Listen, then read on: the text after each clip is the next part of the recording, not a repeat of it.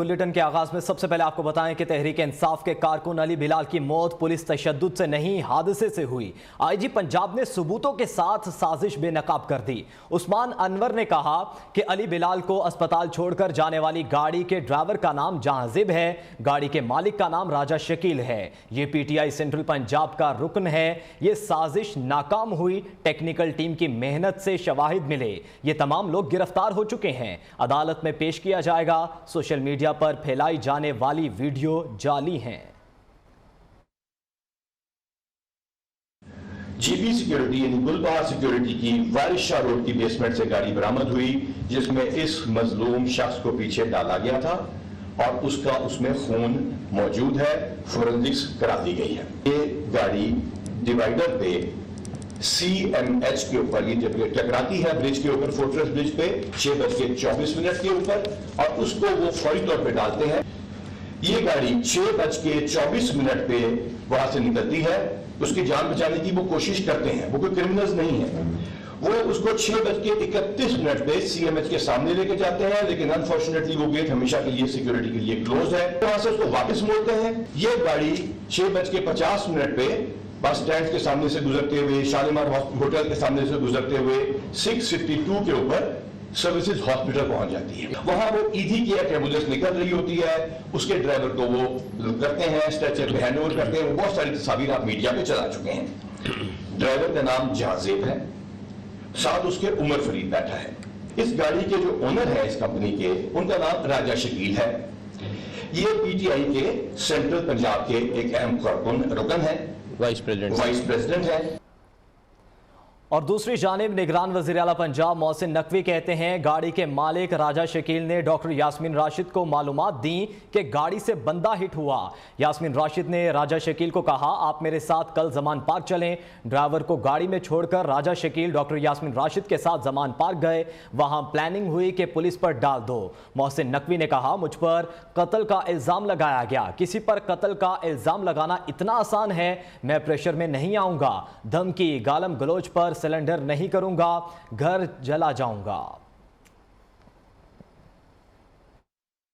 तकरीबन 8:30 बजे राजा शकील साहब, जिनको भी मेंशन किया है, वो यास्मीन राशिद साहिबा को ये सारी इन्फॉर्मेशन देते हैं कि इस तरह ये एक एक्सीडेंट हुआ है हमसे और उसमें वो बंदा फौत हो गया है। यास्मीन राशिद उनको कहती हैं कि आपने अगले दिन सुबह 9 मार्च को आप जमान पार्क आ जाएं और वहाँ पे फिर मैं आपको लेके जाऊँगी और वहाँ पे आपकी मुलाकात कराऊँगी बाकी लीडर्स के साथ। यास्मीन राशिद साहिबा ड्राइवर को गाड़ी में छोड़ जाते हैं, राजा शकील अंदर चले जाते हैं और यास्मीन राशिद साहिबा जो हैं वो अंदर जाके सारी तफसील अपने लीडर्स को बताती हैं।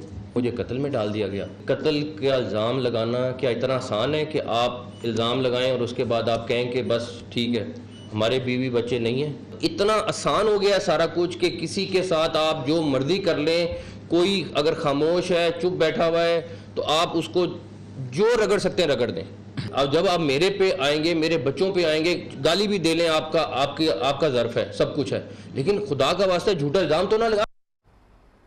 और नाजरीन, दूसरी जानिब तहरीक इंसाफ के रहनुमा फवाद चौधरी का वज़ीर सेहत पंजाब पर शहादतें बदलने का इल्ज़ाम सामने आया है। कहा, डॉक्टर जावेद अकरम को शर्म आनी चाहिए, उम्र के इस हिस्से में शहादतें बदलने के लिए खिदमात सर अंजाम दे रहे हैं। ये बेशर्मों की हुकूमत है। आपको अपडेट कर रहे हैं कि तहरीक इंसाफ के रहनुमा फवाद चौधरी का ये अहम बयान सामने आया है। उन्होंने इल्ज़ाम आयद किया है कि डॉक्टर जावेद अकरम को शर्म आनी चाहिए, उम्र के इस हिस्से में शहादतें बदलने के लिए खिदमात सर अंजाम दे रहे हैं। ये बेशर्मों की हुकूमत है। मज़ीद जानेंगे, शाहिद रिंद हमारे साथ मौजूद हैं, न्यूज़ के नुमाइंदे, उनसे इस हवाले से जानेंगे। जी शाहिद। जी देखें, आज की जो प्रेस कॉन्फ्रेंस है वजीर आला, निगरान वजीर आला पंजाब और आईजी पुलिस की, इसमें दो पहलू हैं और दोनों बड़े अफसोसनाक पहलू हैं। एक पहलू है एक सियासी कारकुन की जान जाने का, और दूसरा जो पहलू है उस सियासी कारकुन की लाश को सियासी जमात ने किस तरीके से अपने मफादात के लिए इस्तेमाल किया। इन दो अफसोसनाक पहलुओं को अगर हम देखते हैं तो उससे हमें ये अंदाजा होता है कि पॉलिटिकल गेम्स के लिए सियासी जमातें किस हद तक जा सकती हैं। और अगर सिर्फ पाकिस्तान तहरीक इंसाफ की बात करते हैं तो हमें नजर आता है कि 35 पंक्चर से शुरू होने वाली जो कहानी है, बैरूनी साजिश का बयानिया और जो दीगर नैरेटिव अब तक पाकिस्तान तहरीक इंसाफ ले चुकी है, या तो उन्होंने खुद उससे बैकआउट किया है या वो गलत साबित हुए हैं। तो एक चीज आज की प्रेस कॉन्फ्रेंस में जो सामने आती है, अभी भी मजीद इस केस में तहकीकात होनी है। हुकूमत की तरफ से जो इब्तदाई चीजें सामने लाई गई हैं उसमें यह नजर आ रहा है कि एक सियासी कारकुन की लाश को किस तरीके से उनकी अपनी सियासी जमात ने इस्तेमाल किया अपने नैरेटिव को बिल्ड करने के लिए। इससे हमें अंदाजा हो सकता है और सियासी कारकुनों के लिए ये एक बहुत बड़ा सबक है, वो जरूर सियासत करें, लेकिन ये जरूर याद रखें कि कल को उनकी इस जद्दोजहद के नतीजे में अगर कोई भी वाकया पेश आता है तो उससे किस तरीके से पॉलिटिकल गेन के लिए उनकी लीडरशिप इस्तेमाल कर सकती है, ये भूल कर कि उनकी अपनी जमात के लिए क्या कुर्बानियां रही हैं। मगर ये भी तो बयान सामने आया पाकिस्तान तहरीक इंसाफ के रहनुमा फवाद चौधरी का कि इस तरह के बदले गए बयानात और शर्म आनी चाहिए हुकूमत को इस मामलात में। देखें, वो being a party spokes person political narrative को डिफेंड करने के अलावा उनके पास कोई ऑप्शन बज़ाहिर नजर नहीं आता। अगर हम पिछले 3-4 दिन की सीरीज को देखते हैं और पीटीआई के नैरेटिव को देखते हैं तो उससे एक बात एस्टैब्लिश होती है कि पाकिस्तान तहरीक इंसाफ ने जैसे माजी में दीगर वाकयात का मैंने आपके सामने जिक्र किया, उन वाकयात को जिस तरीके से इस्तेमाल किया, इस वाकये को अब कम अज कम निगरान हुकूमत या आईजी इतना एस्टैब्लिश कर चुके हैं कि ये कोई जिसे कहते हैं अंडर कस्टडी टार्चर नहीं था, ये कोई रोड हादसा है। मजीद इसने इस्टेब्लिश होना है अदालतों में, हम उस पर वर्डिक्ट नहीं दे सकते कि कौन कसूरवार है कौन बेगुनाह है, लेकिन जो मौजूदा शहादतें अब तक आईजी पुलिस और आईजी वजीर आला पंजाब सामने लाए हैं उसमें एक बात इस्टेब्लिश हो चुकी है कि ये एक हादसा है और इस हादसे को सियासी जमात ने अपने सियासी रहनुमा के जरिए किस तरह इस्तेमाल किया। डॉक्टर यास्मीन राशिद के अगेंस्ट जो एविडेंस दिया है आईजी ने, मेरा ख्याल है अब खुल के बात होनी चाहिए और खुल के पीटीआई को बताना चाहिए कि हुआ क्या था। ठीक है, खुल के पीटीआई को बताना चाहिए कि हुआ क्या था। शाहिद रिंद, आप हमें अपडेट कर रहे थे, आपका बहुत शुक्रिया। वेलकम बैक नाजरीन। अभी आपको बताएं कि सिंध हुकूमत ने मैट्रिक और इंटरमीडिएट इम्तिहानात और नताज का काम आउटसोर्स करने की मंजूरी दे दी। फैसले के मुताबिक दोनों बोर्ड्स के इम्तिहानात और नताज का काम बोर्ड्स की बजाय प्राइवेट इदारा करेगा। महकमे बोर्ड्स और जामियात की जानिब से सिंध के तमाम मैट्रिक और इंटर बोर्ड के खतूत इरसाल कर दिए गए हैं। सिंध तालीमी बोर्ड के चेयरमैन ने आउटसोर्स को मुस्तरद कर दिया है। मजीद इस बारे में जानेंगे, नुमाइंदा नियो न्यूज़ हमारे साथ मौजूद हैं, शफकत अजीज़, और इसी के साथ हमारे साथ मौजूद होंगे प्रोफेसर लेक्चरर एसोसिएशन रहनुमा अजीज़ मेमन साहब और मैट्रिक बोर्ड के अहम स्टेक होल्डर हैं सदर all Pakistan private schools association Haider Ali sahab. सबसे पहले जानूंगा शफकत अजीज़ से। शफकत, बताइएगा इस इक़दाम का मकसद क्या है और अगर आउटसोर्स किया जाता है तो बोर्ड की हैसियत क्या रहेगी फिर? देखिए, कुछ अरसे से ऐसी खबरें आ रही थी कि जो बोर्ड्स के निज़ाम है जो सिंध में खुसूसन है कि यहाँ पर जो नताइज का काम है उसमें शफाफियत नहीं है। कुछ शिकायत भी आई थी कुछ 2-3 सालों से इस पर जो है वो काम चल रहा था, लेकिन ये अचानक परसों सिंध हुकूमत ने सिंध काबीना से अप्रूव करवाया है कि तमाम जो बोर्ड्स जो सिंध भर के हैं उनमें जो मैट्रिक और इंटर के इम्तिहानात हैं वो एक प्राइवेट पार्टी लेगी और उसके बाद वही नताइज मुरतब करके जो है वो जारी करेगी। इस हवाले से जो सिंध हुकूमत का कहना है कि इसमें शफाफियत का जो है वो बेहतर रहेगी, बरकरार रहेगी और नताइज जो है वो जल्द जारी भी हो जाएंगे और बच्चों का जो तालीमी नुकसान अक्सर नताइज लेट होने की वजह से होता है वो नहीं होगा। लेकिन इस सारे मामले पर जब हमने मुख्तलिफ जो बोर्ड्स हैं सिंध के उनके चेयरमैन से बात की कि क्या आया ये फैसला एप्लीकेबल इस वक्त है या नहीं है, क्योंकि इस वक्त मैट्रिक और इंटर के इम्तिहानात में सिर्फ 2 माह रह गए हैं, तो इस कलील अरसे में जो है वो ये इंतजाम कैसे होगा, ये एक बहुत बड़ा सवाल है। और तमाम जो चेयरमैन हैं उन्होंने इसको डिनाई कर दिया है। उनका ये कहना है कि हम इस वक्त जो है इस जो इम्तिहानात हैं उनको आउटसोर्स नहीं कर सकते, क्योंकि इसके लिए हमें सबसे पहले जो है वो टाइम कम है, उसके साथ हमें जो माली खसारा है बोर्ड्स का वो काफी दुश्वार है। उसके हवाले से भी जिससे हुकूमत से जो है वो खतो किताबत जारी रही, लेकिन अब तो कोई वाज़ेह अहकामात नहीं आया। ठीक है, वाज़ेह अहकामात नहीं आए। अब मैं रुख करूंगा हैदर अली साहब का, जो कि सदर all Pakistan private schools association है। हैदर साहब, आपका बहुत शुक्रिया वक्त देने का।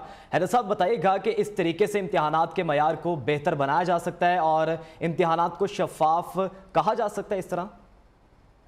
जी, इंतहाई अफसोस की बात है कि कानूनी तौर पर और उसूली तौर पर खुद मुख्तार अदारे जो तालीमी बोर्ड्स होते हैं उनकी खुद मुख्तारी को दूसरे अदारों के सुपुर्द करने की तैयारी की जा रही है। होना तो ये चाहिए था कि सिंध के तालीमी बोर्ड्स में जो गुज़िश्ता 8 सालों से एडहॉकिज्म है उसको ख़त्म करने की कोशिश की जाती।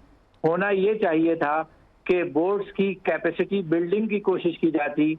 होना ये चाहिए था कि इम्तिहानात को इंटरनेशनल स्टैंडर्ड से मीट करने की कोशिश की जाती, उनकी ट्रांसपेरेंसी को और उनकी रिलायबिलिटी को बेहतर करने की कोशिश की जाती। बजाय ये सब कुछ करने के इंतहाई अफसोस के साथ ये कहना पड़ता है कि रहे सहे जो निज़ाम है उसको भी मजीद बर्बाद और तबाह करने के लिए तालीमी बोर्ड्स के इख्तियारात को सल्ब करके और ये इम्तिहानी निज़ाम जो है वो आउटसोर्स करने की बात की जा रही है। इम्तिहानात बिल्कुल स्तर पर हैं। सिंध के लाखों बच्चे 5 लाख से ज़्यादा तलबा और तालिबात इन इम्तिहानात में बैठते हैं और तमाम बोर्ड्स के पास न कोई इस तरह की कैपेसिटी है कि वो इस तरह का कोई काम आउटसोर्स कर सकें। और फिर जुल्म यह है कि सरकारी अदारों में पढ़ने वाले बच्चों की फीस जो ग्रांट की शक्ल में तालीमी बोर्ड्स को दी जानी चाहिए सिंध गवर्नमेंट की तरफ से वो भी नहीं दी जाती। और साथ ही साथ इस सर्कुलर में या नोटिफिकेशन में ये भी कह दिया जाता है कि तमाम तालीमी बोर्ड्स अपने ही माली वसाइल के अंदर रहते हुए तमाम तालीमी बोर्ड्स अपने ही माली वसाइल के अंदर रहते हुए ये काम करें। हैदर अली साहब हमारे साथ रहिएगा। अभी माहिर तालीम अजीज़ मेमन साहब हमारे साथ मौजूद हैं, उनसे मैं जानूंगा। अजीज़ मेमन साहब बताइएगा, बतौर स्टेक होल्डर आपको एतमाद में लिया गया, आपका इस हवाले से क्या मौक़िफ़ है? जी, चूंकि मैं हम सिंध प्रोफेसर लेक्चरर एसोसिएशन सप्ला के मुंतखब हमारी एक क़यादत मौजूद है, मैं भी मरकजी ओहदेदार हूँ। सप्ला के हवाले से ये है कि भाई देखें, हम इस कोई स्टेक होल्डर्स को किसी को एतमाद में नहीं लिया गया।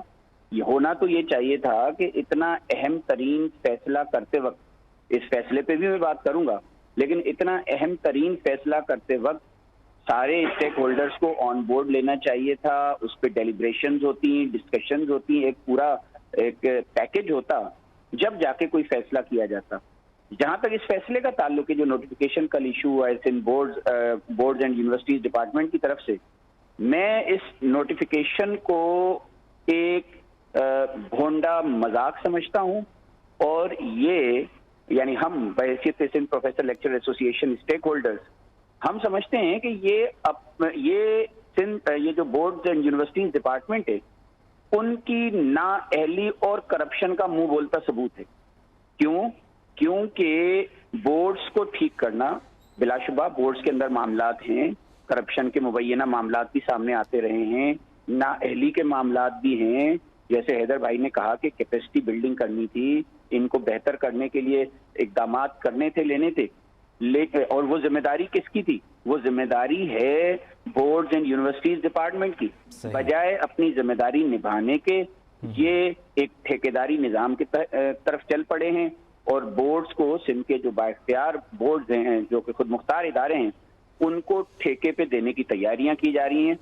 तो इसको जाहिर है बहैसियत एसोसिएशन, बहैसियत स्टेक होल्डर्स, हम लोग इसे मुस्तरद करते हैं और इसको, बल्कि इससे मैं ये समझता हूं कि करप्शन और नाअहली के नए रिकॉर्ड कायम होंगे।